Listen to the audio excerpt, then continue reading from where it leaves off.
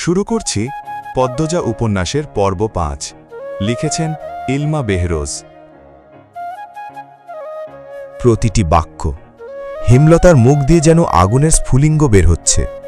পদ্মজার মস্তিষ্ক শূন্য হয়ে পড়ে। ১৬। আপা, স্কুলে যাবা না? পূর্ণা পদ্মজাকে জিজ্ঞাসা করল।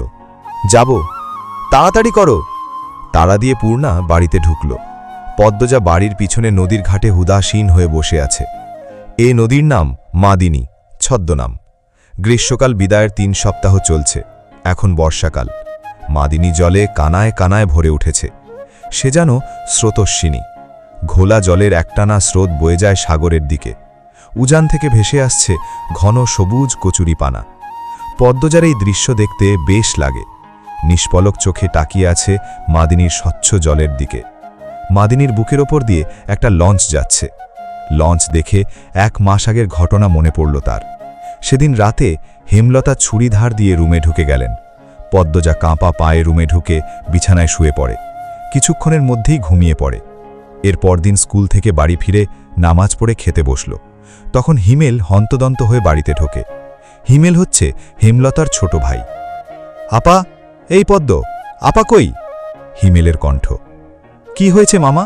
জবাব দিল পদ্মজা। পদ্মজার প্রশ্ন উপেক্ষা করে হেমলতাকে হিমেল ডাকল। আপা, এই আপা। হেমলতা বাড়ির বাইরে থেকে ব্যস্ত পায়ে হেঁটে আসেন। কি হয়েছে? হিমেল হেমলতাকে দেখে হাউমাউ করে কেঁদে উঠল। আপা, ভাইজান খুন হয়েছে। রাইতে কে জানি মাইরা ফেলছে রে আপা। হিমেল কাঁদতে কাঁদতে হাঁটু ভেঙে বসে পড়ল। পদ্মজা তাৎক্ষণিক সন্দিহান চোখে মায়ের দিকে তাকালো। হেমলতাকে দেখে মনে হলো তিনি চমকেছেন, অথচ তার চমকানোর কথা ছিল না। নাকি হিমেলের সামনে অভিনয় করলেন। পূর্ণা, প্রেমাকে ওদিকে আসতে দিস না পদ্ম, আমি আসছি। হেমলতা বাড়ির বাইরে মিলিয়ে যান। হিমেল পাশে খুঁড়িয়ে খুঁড়িয়ে হাঁটছে। ছেলেটা বোকাশোকা, জন্মগত প্রতিবন্ধী। ২২ বছরের হিমেল এখনও শিশুদের মতো আচরণ করে। কথায় কথায় খুব কাঁদে। সেখানে তার ভাই খুন হয়েছে। ১ মাস তো প্রতিদিন নিয়ম করে কাঁদবে। পদ্মজা রাতেই ভেবেছিল এমন ঘটনা ঘটতে পারে। তবুও এখন ভয় পাচ্ছে খুব। পুলিশ কি এসেছে? মাকে কি ধরে নিয়ে যাবে?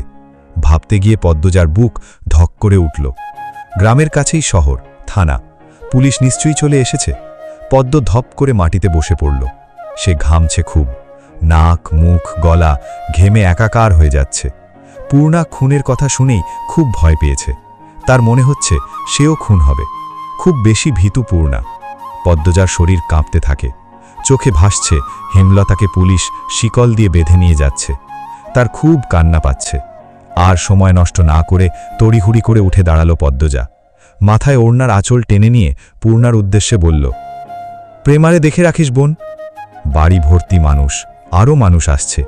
হেমলতা মানুষজনকে ঠেলে হানিফের লাশের সামনে গিয়ে দাঁড়ালেন। তখন ফর্সা রঙের ২ জন মহিলা ঝাঁপিয়ে পড়ে তার ওপর। আকস্মিক আক্রমণে হেমলতা অপ্রস্তুত হয়ে পড়েন। খেয়াল করে দেখেন ২ জন মহিলা তার মা আর বোন। তারা হাউমাউ করে কাঁদছে। কিন্তু হেমলতার তো কান্না পাচ্ছে না। ব্যাপারটা লোকচক্ষু ঠেকছে না। একটু কি কান্নার অভিনয় করা উচিত? হানিফের মৃতদেহ দেখে মনে হচ্ছে কেউ ইচ্ছে মতো কুপিয়েছে। হেমলতার তা দেখে শান্তি লাগছে। এমন শান্তি অনেকদিন পাওয়া হয়নি। পদ্মজা সেখানে উপস্থিত হয়। হেমলতার নজরে পড়ে। ভীতু চোখে মায়ের চোখের দিকে তাকালো পদ্মজা। হেমলতা ভ্রু কুঞ্চিত করে আবার স্বাভাবিক করে নেন। পদ্মজা চোখ ঘুরিয়ে দেখছে পুলিশ এসেছে নাকি। চারিদিকে এত মানুষ।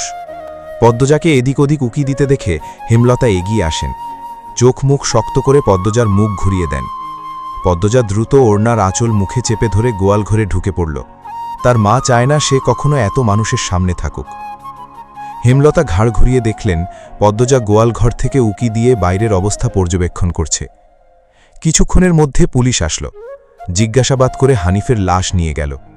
লোকমুখে শোনা যায় হানিফ খুন হয়েছে শেষ রাতে। এরপর নদীতে ফেলা দেওয়া হয়। লঞ্চ ঘাটে লাশ ভাসে। হেমলতাকে পুলিশ নিয়ে যায়নি বলে পদ্মজার স্বস্তির নিঃশ্বাস নিল। মানুষের ভিড়ও কমে গেছে। হেমলতার মা কাঁদতে কাঁদতে ক্লান্ত হয়ে উঠোনের এক কোণে বসে আছেন। পদ্মজা গুটি পায়ে গোয়ালঘর থেকে বেরিয়ে আসলো। হেমলতা পদ্মজার দিকে তাকিয়ে মৃদু হাসেন। সেই হাসি দেখলেন হেমলতার মা মঞ্জুরা। তিনি কিছু একটা ভেবে নেন। হেমলতার কাছে এসে কিরমির করে বলেন, তুই খুন করছস? তোমার কেন মনে হচ্ছে এমন? হেমলতার কণ্ঠ স্বাভাবিক, অথচ পদ্মজা এই প্রশ্ন শুনে ভয় পেয়েছে খুব। যদি নানু পুলিশকে বলে দেয়, পুলিশ তো তার মাকে নিয়ে যাবে। কাইল রাইতে তুই আইছিলি হানিফের ঘরে, আমি দেখি নাই? রাগে কাঁপছেন মঞ্জুরা। আসছি। হেমলতার নির্বিকার স্বীকারোক্তি। কেন মারলি আমার ছেড়ারে? তোর কি ক্ষতি করছে? আসছি বলেই আমি খুন করেছি। এত রাতে তুই তার কাছে আর কি দরকারে আইবি? আমি তাকে মারতেই যাব কেন? মঞ্জুরা আহত দৃষ্টিতে তাকিয়ে আছেন হেমলতার দিকে। হেমলতার মুখ শক্ত।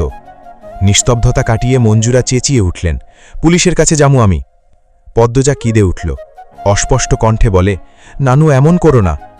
হেমলতা নিচু স্বরে কঠিন করে বললেন, আমার মেয়েদের থেকে আমাকে দূরে সরানোর চেষ্টা করো না আম্মা, ফল খুব খারাপ হবে। পদ্মজার মনে হল মঞ্জুরা ভয় পেয়েছেন। মঞ্জুরা সবসময়ই হেমলতাকে ভয় পান। তিনি চুকসে যান, শুধু ঘৃণা ভরা দৃষ্টি নিয়ে হেমলতার দিকে তাকিয়ে থাকেন। পদ্মজা বুঝে উঠতে পারে না তার নানু কেন ভয় পায় মাকে। মায়ের অতীতে কি ঘটেছে?